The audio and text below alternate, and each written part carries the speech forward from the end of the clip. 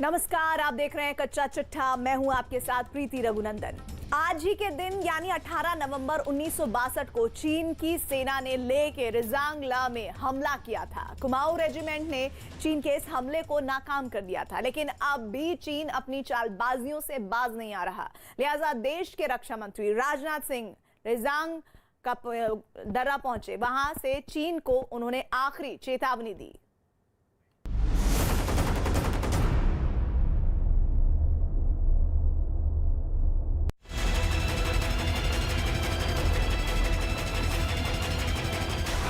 सोलह 16,500 फीट पर हिंदुस्तान की हुंकार।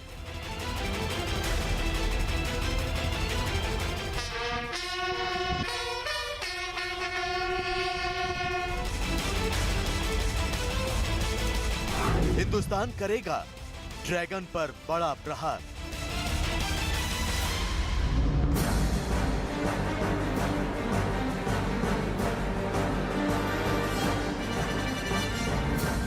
ये तस्वीरें ले स्थित रेजांगला की है। भारत के रक्षा मंत्री राजनाथ सिंह एक दिन के दौरे पर यहां पहुंचे। 16,500 फीट की ऊंचाई पर सीमा की सुरक्षा में तैनात सैनिकों को सलाम किया।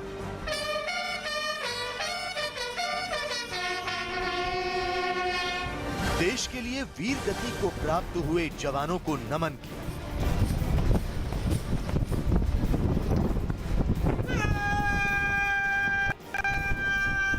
जंग के मैदान में शौर्य का प्रदर्शन करने वाले पुराने योद्धाओं का सम्मान किया। रेजांगला की लड़ाई में बहादुरी से लड़े ब्रिगेडियर रिटायर्ड आरवी जटार के व्हील चेयर को खुद लेकर जाते राजनाथ सिंह ने सिर्फ उनके प्रति सम्मान का ही इजहार नहीं किया, बल्कि नए वॉर मेमोरियल का उद्घाटन भी किया। भारत माता की, भारत माता की।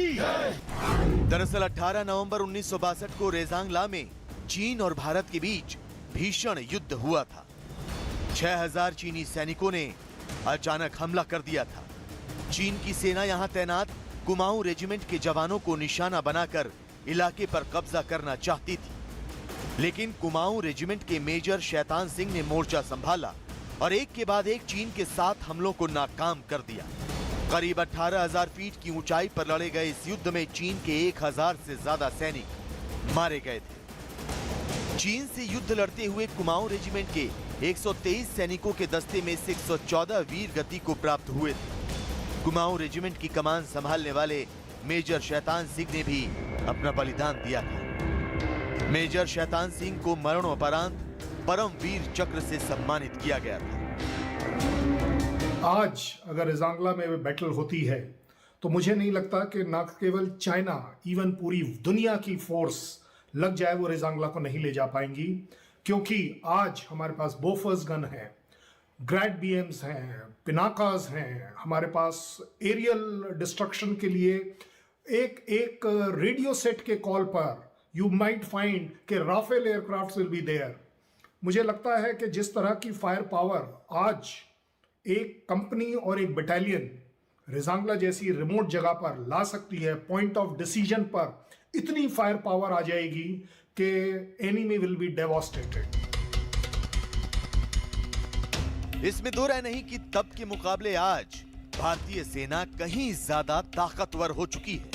1962 में हमने चीन को नाको चने चबवाए थे और अब उसे पूरी तरह तबाह करने का दम रखते हैं। तो गुरुवार को रेजांगला में नए वॉर मेमोरियल का उद्घाटन कर राजनाथ सिंह ने जाहिर कर दिया कि देश को आज भी 1962 के योद्धाओं की शहादत याद है। आपको बता दें कि रेजांगला का पुराना वॉर मेमोरियल छोटा था, जबकि नया वॉर मेमोरियल पहले के मुकाबले कहीं बड़ा है।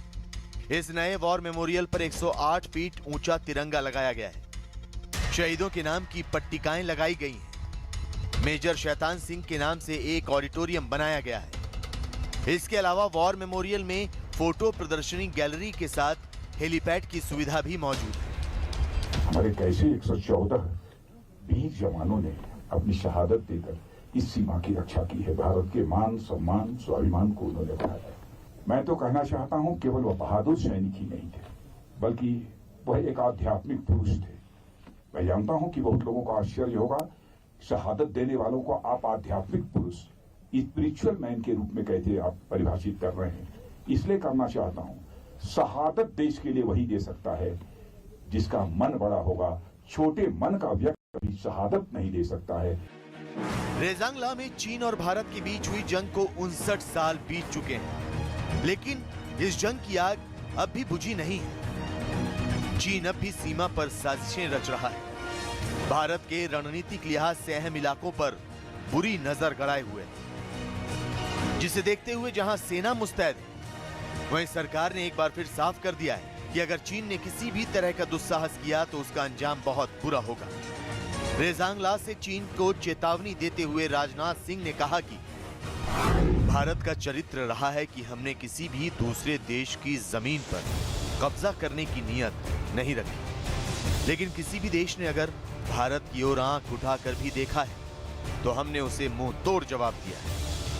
हमारी सेना के बहादुर जवान भारत की हर एक इंच जमीन की रक्षा करने में सक्षम है। राजनाथ सिंह की ये चेतावनी चीन को शायद ही पसंद आए, लेकिन उसकी चालबाजियों का जवाब देने के लिए भारत को आक्रामक रणनीति पर अमल करना बेहद जरूरी है। चीन को उसी की भाषा में जवाब देना जरूरी है, क्योंकि वो सुधरेगा नहीं, वो अपनी साजिशों से बाज आएगा नहीं। चीन पूर्वी लद्दाख को जंग का मैदान बनाने की तैयारी कर रहा है। इससे लगते इलाकों में अपनी सैन्य तैनाती लगातार बढ़ा रहा है। पूर्वी लद्दाख एरिया में अगर चीन किसी भी तरह की घुसपैठ करने की कोशिश करेगा तो वो उसको मुंह की खानी पड़ेगी, क्योंकि अब सिर्फ आर्मी नहीं है, आज एयरफोर्स भी वहां है, और तो और नेवी जैसे लोग वहां पर काम कर रहे हैं। जिस तरह का surveillance grid, radar grid, aerial grid, satellite grid surveillance में लगा हुआ है, चाइना की हर हरकत पर नजर रखी जा रही है। कोई भी स्टेप किसी भी दिशा में चाइना अगर लेता है तो आज हम उसे ऑब्जर्व कर रहे हैं। भारतीय सेना पहाड़ का सीना चीरकर दुश्मन को नेस्तनाबूद करने का दम रखती है। भारतीय सेना ने हाल के कुछ वर्षों में पूर्वी लद्दाख को एक किले में तब्दील कर दिया। LAC को युद्ध क्षेत्र बनने से रोकने के लिए अपनी मुस्तैदी बढ़ाती है।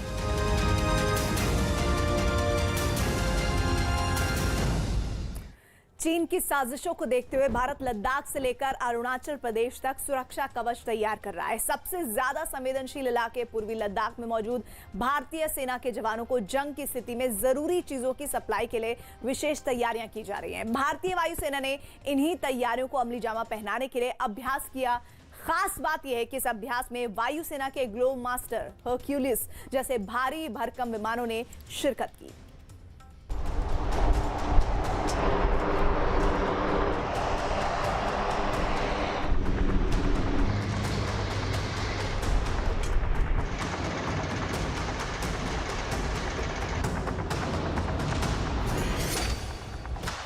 ऑपरेशन हरक्यूलस से जिनपिंग हुए नर्वस।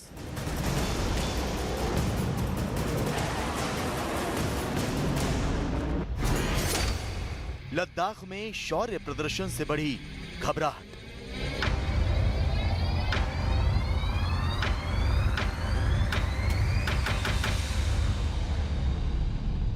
लद्दाख में वास्तविक नियंत्रण रेखा पर भारत और चीन के बीच तनाव जारी है। संवाद के साथ संग्राम की स्थिति बरकरार है। दोनों देशों की सेनाएं एक दूसरे के सामने डटी हुई है। हालांकि भारत अब भी शांति की बात कर रहा है। भारत अब भी पुरानी स्थिति बहाल करने और बॉर्डर पर बारूदी जंग से बचने के लिए एड़ी चोटी का जोर लगा रहा है, लेकिन चीन है कि मानता ही नहीं।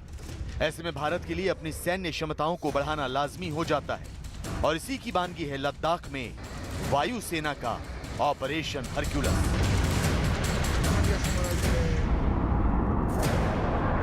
कुछ दिनों पहले भारतीय वायुसेना ने अपनी रैपिड रिस्पांस कैपेबिलिटी यानी तीव्र प्रतिक्रिया क्षमताओं का प्रदर्शन करने के लिए लद्दाख में हवाई युद्धाभ्यास किया था। तो वहीं अब भारत ने ऑपरेशन हरक्यूलस नाम से एक एयरलिफ्ट अभ्यास के दौरान संवेदनशील इलाकों में तैनात सैनिकों के लिए रसद पहुंचाने का अभ्यास कर अपनी शक्ति का प्रदर्शन किया है। सर्दियों के दौरान चीन की ओर से किसी भी संभावित खतरे को देखते हुए ये अभ्यास बेहद अहम है। तो इसके जरिए सैनिकों तक जरूरी सामान पहुंचाने, सर्दियों में सप्लाई लाइन को बाधित ना होने देने, सैनिकों को जरूरी हथियारों और गोला बारूद की डिलीवरी की ड्रिल को अंजाम दिया गया। इस ड्रिल में भारतीय वायुसेना के C-17 globe master, C-130J Hercules और AN-32 मालवाहक विमानों ने हिस्सा लिया। इस पूरे अभ्यास को एक रियल टाइम ऑपरेशन के तौर पर अंजाम दिया गया।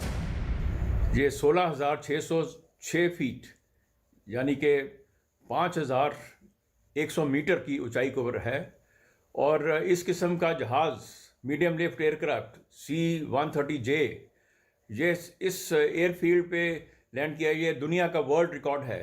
इतनी ऊंची एयरफील्ड के ऊपर इस किस्म का जहाज़ वहाँ पे लैंड कराया गया है और जिसकी एयरलिफ्ट कैपेबिलिटी इस हाइट के ऊपर 20 टन है। ये बख्तर गन गाड़ियाँ भी लेके जा सकता है, ये लाइट टैंक भी लेके जा सकता है। लद्दाख में 19 महीने से चल रहे गतिरोध के बीच भारतीय सेना चीन से लगती सीमा पर कड़ाके की सर्दी में तैनात है। तो पिछले 1.5 साल से भारतीय वायुसेना अपने विमानों के जरिए टैंक, तोप, गोला बारूद, दूसरे हथियारों के अलावा तमाम जरूरी चीजें सेना के लिए इकट्ठा कर रही है। लेकिन ये सिलसिला मौसम के बिगड़ते मिजाज से थम भी सकता है। लिहाजा भारतीय वायुसेना किसी भी आपात स्थिति से निपटने की तैयारी कर रही है। आपको बता दें कि LAC के पास हो रही चीन की हर हरकत की इजराइल से लिए गए हेरॉन ड्रोन निगरानी कर रहे हैं।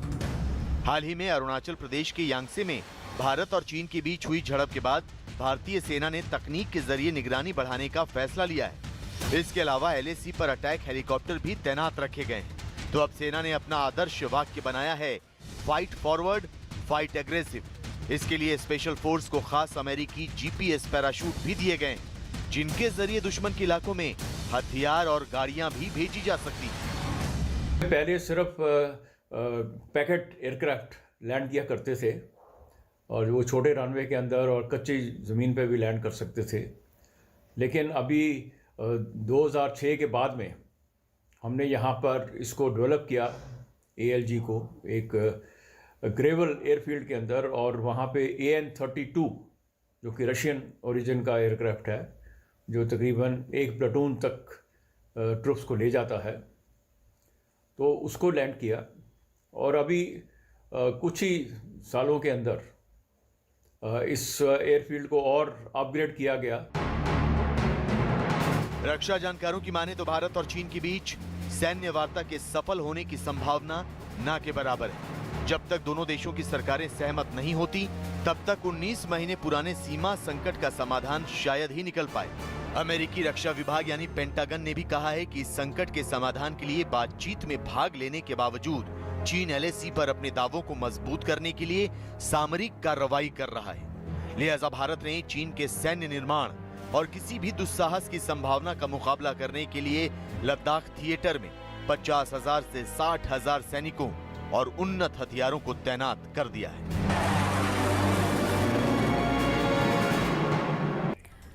लद्दाख से हिंदुस्तान की ललकार के बीच ड्रैगन ने भूटान के रास्ते डंक मारने का प्लान बनाया। एक रिपोर्ट के मुताबिक चीन ने भूटान में कई हजार एकड़ जमीन पर अवैध कब्जा कर लिया। यही नहीं, चीन ने इस जमीन पर 4 गांव भी बसा लिए। देखिए, भूटान में बनाए चीन के ये गांव भारत के लिए कितनी बड़ी चुनौती साबित हो सकते हैं।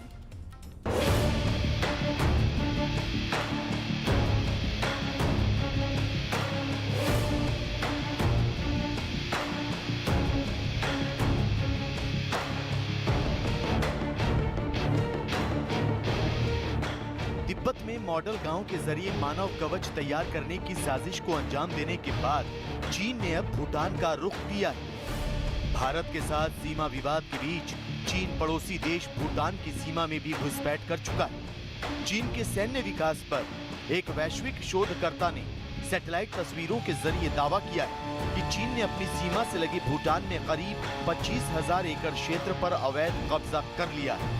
इतना ही नहीं, चीन ने यहाँ 4 गांव भी बसा दिए हैं। चीन के बनाए ये गांव लगभग 100 स्क्वायर किलोमीटर इलाके में फैले हुए हैं। हैरान करने वाली बात यह है कि ये मामला ऐसे समय में सामने आया है जब हाल ही में चीन और भूटान ने एक सीमा समझौते पर हस्ताक्षर किए। इसका एक चीज तो है सामरिक दृष्टि से कि यदि भूटान के इस इलाके में जो चाइना आना चाहता है और चाइना आ चुका है, 4 विलेजेस बना लिए हैं जो डुअल पर्पस विलेज हैं। कहने के लिए तो सिविलियन विलेजेस हैं, मगर उनका इस्तेमाल जब भी सामरिक दृष्टि से जरूरत पड़े तो उसको मिलिट्री बैरक या मिलिट्री एस्टैब्लिशमेंट की तरह वहां पर उनका एक बेस की तरह उसको यूज हो सकता है। भूटान और चीन के बीच जमीन को लेकर विवाद बहुत पुराना है। दोनों देशों का दावा है कि ये जमीन उनकी है, लेकिन ये भी हकीकत है कि 1 जनवरी 2022 से चीन नया भूमि सीमा कानून लागू करने जा रहा है, जिसके जरिए चीन भारत समेत 14 देशों के साथ लगती अपनी भौगोलिक सीमाओं पर सैनिकों की गश्त को बढ़ा सकेगा और सीमाओं पर स्थित व्यापार नाकों को एक तरफा बंद भी कर सकेगा। ऐसे में भूटान की जमीन पर कब्जा और वहां अवैध तरीके से गांव बसाना भारत के लिए खतरे की घंटी है, क्योंकि चीन ने भूटान की जिस जमीन पर कब्जा किया है वो भारत के डोकलाम के बिल्कुल नजदीक है। भारत के लिए रणनीतिक रूप से ये इलाका बहुत मायने रखता है।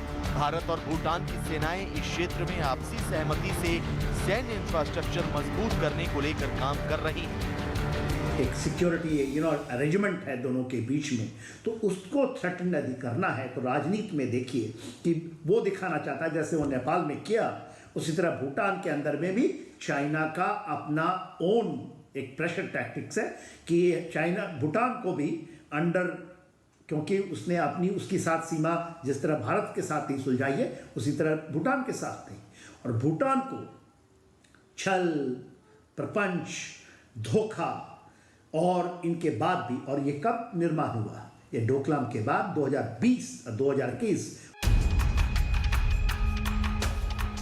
चीन का दावा है कि उसने अपने 14 में से 12 पड़ोसी देशों से सीमा विवाद सुलझा लिए हैं। भारत और भूटान से ही विवाद नहीं सुलझा। भारत का चीन के साथ लद्दाख, उत्तराखंड, सिक्किम और अरुणाचल प्रदेश में सीमा विवाद चल रहा है। लद्दाख में भारत और चीन के बीच विवाद का एक बड़ा कारण कुछ इलाकों में सैन्य गश्त को लेकर भी है। ऐसे में भूटान के रास्ते चीन की साजिश एक और खतरे का सबब बन सकती है।